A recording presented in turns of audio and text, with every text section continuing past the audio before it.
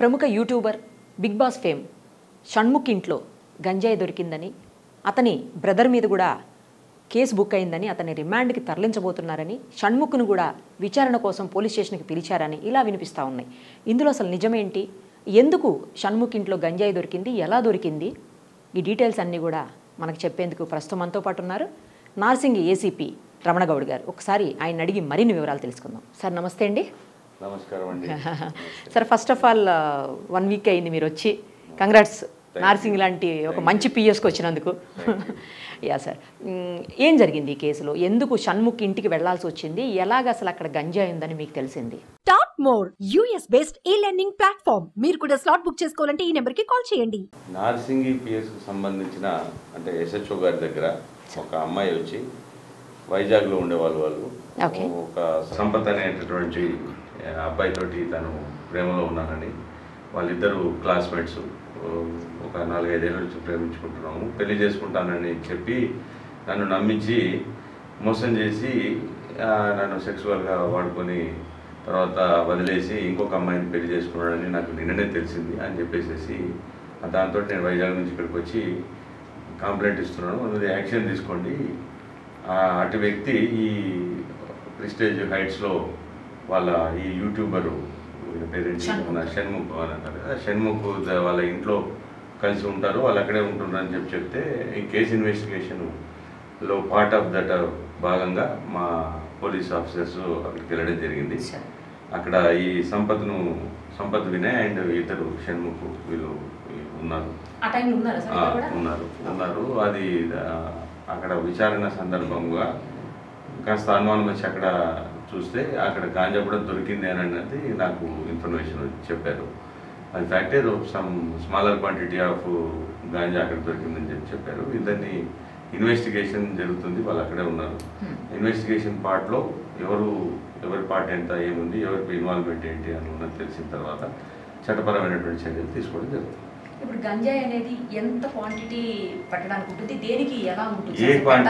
ఏ quantity కూడా పెట్టేందుకు ఉండదు, వాడేందుకు ఉండదు. నథింగ్ లైక్ ఆఫ్ 1 గ్రామ్ ఇది అలౌడ్, 2 గ్రామ్స్ ఇది అలౌడ్ అన్నది కాదు. బట్ ఇక్కడ డిఫరెన్స్ ఏంటంటే స్మాలర్ క్వాంటిటీ అంటే ఇంటర్మీడియట్ క్వాంటిటీ, దాంట్లో middle quantity and commercial quantity అనేది తేడా ఉంటుంది.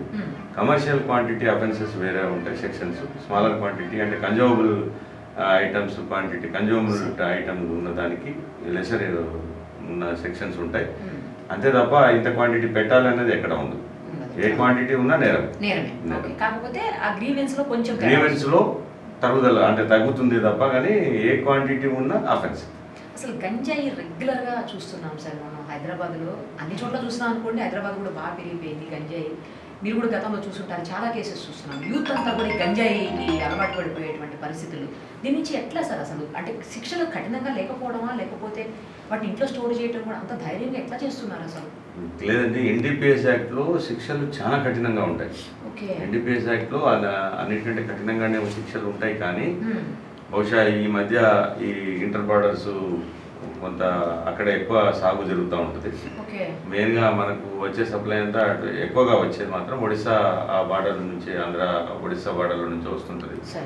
మరి ఏమైనా అంటే ఇంత శిక్షలు ఉన్న తర్వాత కూడా ఇంత జరుగుతుంది అని అంటే దాని గురించే గవర్నమెంట్స్ కూడా చాలా కఠినంగా దానికోసం సపరేట్గా యూనిట్స్ని అంటే ఏర్పాటు చేసి డీజీ లెవెల్ ఆఫీసర్స్ ఆధ్వర్యంలో వర్క్ నడుస్తుంది. కాబట్టి పక్కగా మా నమ్మకం ఏంటంటే త్వరలోనే ఇవి అరికట్టబడతాయని మేము ఆశిస్తాం. రైట్ సార్, ఈ పర్టికులర్ కేసులో ఎవరైతే షణ్ముఖ్ వాళ్ళ బ్రదర్ అన్నయ్య ఉన్నారో సంపత్ అనే వ్యక్తి, అతని మీద ఇప్పుడు ఎలాంటి సెక్షన్స్ ఇంపోజ్ చేసే అవకాశం ఉంటుంది సార్?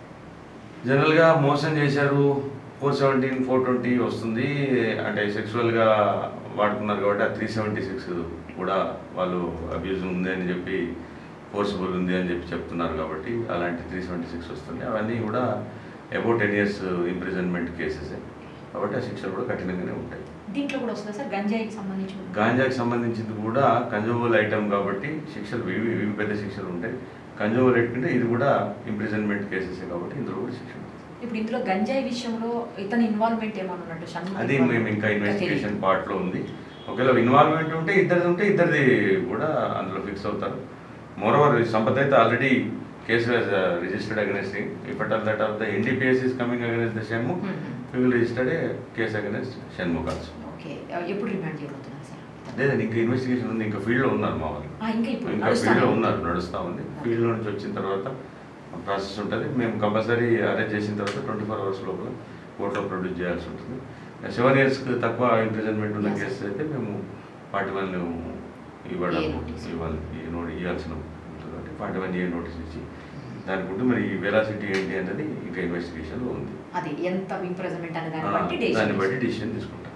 Right sir. ఇప్పుడు ఆ అమ్మాయి వైజాగ్ నుంచి ఇక్కడికి వచ్చి, అంటే ఇక్కడ జ్యూరిస్డిక్షన్ ఉంది కాబట్టి ఇక్కడ ఇచ్చిందా సార్? అంటే బహుశా అబ్బాయిని వెతుక్కుంటూ వచ్చి ఉంటుంటుంది అక్కడ. ఈవెన్ అమ్మాయి కావాలనుకుంటే వైజాగ్లో కూడా వస్తుంటుండే కేసు. మరి అమ్మాయి ఇక్కడికి వచ్చి మా దగ్గరికి వచ్చిన కేసు మా దగ్గర పెట్టింది కాబట్టి మేము నో అనేందుకు లేదు కాబట్టి కేసు రిజిస్టర్ చేసాము. ఈ ఫెటల్ మా జ్యూరిస్డిక్షన్ రాదు అని అంటే మేము 0 FIR కింద ఇక్కడ చేసి మేము ట్రాన్స్ఫర్ చేయాల్సి ఉంటుంది.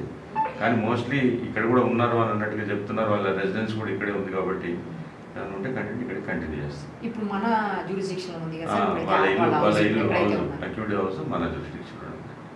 రేపటికి ఒక క్లారిటీ వచ్చే అవకాశం. క్లారిటీ రేపటికల్లా వస్తుందండి. Thank you sir. Thank you so much. Thank you.